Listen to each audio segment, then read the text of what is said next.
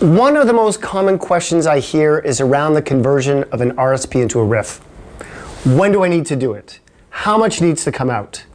And what investments can I hold in a RRIF? But before we dive into any details, let's clarify the terms. An RRSP stands for Registered Retirement Savings Plan.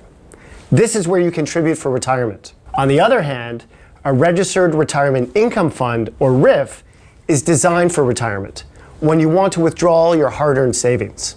Now, when can you make this conversion? Really, anytime. You can convert an RSP to a RRIF at 35, 45, or 65 years old, but it must be done in the year that you turn 71. Typically, people convert an RSP to a RRIF when they need the income, when they're retired. How much needs to come out of the RRIF? Well, once your funds are inside a RRIF, the government sets a minimum withdrawal amount each year.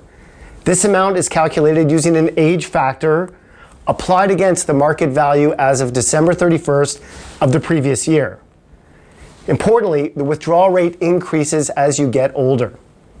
For example, a 65-year-old must withdraw at least 4%, while a 75-year-old must withdraw 5.82%. This represents the minimum amount, and you do have the flexibility to withdraw more if you choose.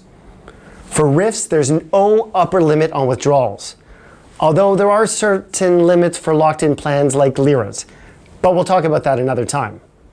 Back to the example. If you're 65 years old with a $1 million RRIF, you'd be required to withdraw at least $40,000. But suppose you only need $20,000. Well, you can convert a smaller amount into a RRIF, say $400,000, where the minimum withdrawal amount is $16,000 a year. Now, the subject of taxes. Any funds taken out of a RRIF are fully taxable as income.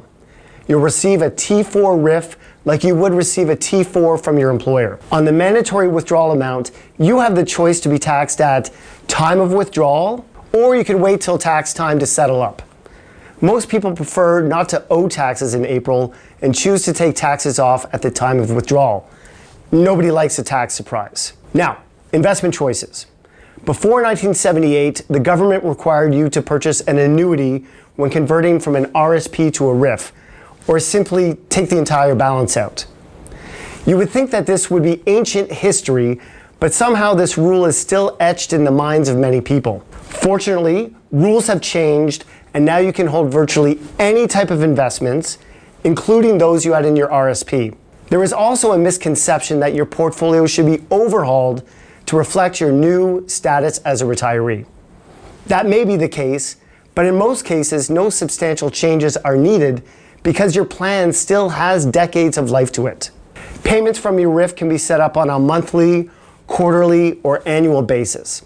There's no one-size-fits-all answer for everybody, but we recommend aligning the payment frequency with your cash flow needs. For instance, if you require funds for their day-to-day or month-to-month expenses, take the payments monthly or take it annually. I can think of one client that goes to Florida every year, and she likes to have a nice lump sum before she goes down in November to enjoy the sunshine. What happens on your death?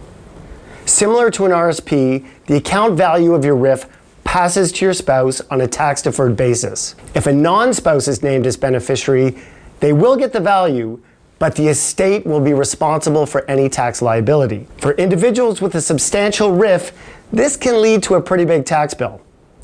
To potentially reduce your overall lifetime tax burden, consider withdrawing extra funds from the RRIF, but that's a whole other video. Fortunately, we've already written the article called Triggering Tax on Purpose? Are you crazy? The link is down in the comments section below. So, there you have it. A clear overview of the RSP to RRIF process. If you have any questions, feel free to reach out, and thanks for watching and stay tuned for more videos.